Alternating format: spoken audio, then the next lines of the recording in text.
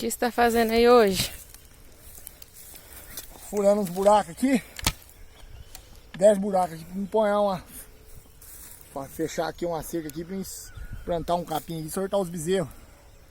As vacas tá criando aí, agora o bezerrado precisa ficar num lugar maior um pouco. Nós não tem preguiça não, é nós mesmo que faz. Ó, cavadeirinha de jardim aqui, ó, deu no número 1 pra mim, ó. E o que você fala pra esse povo que tem preguiça de trabalhar?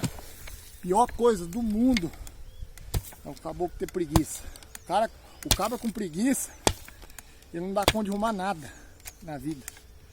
O cara tendo força de vontade, nada segura ele. Agora o cabra com preguiça, aí é complicado.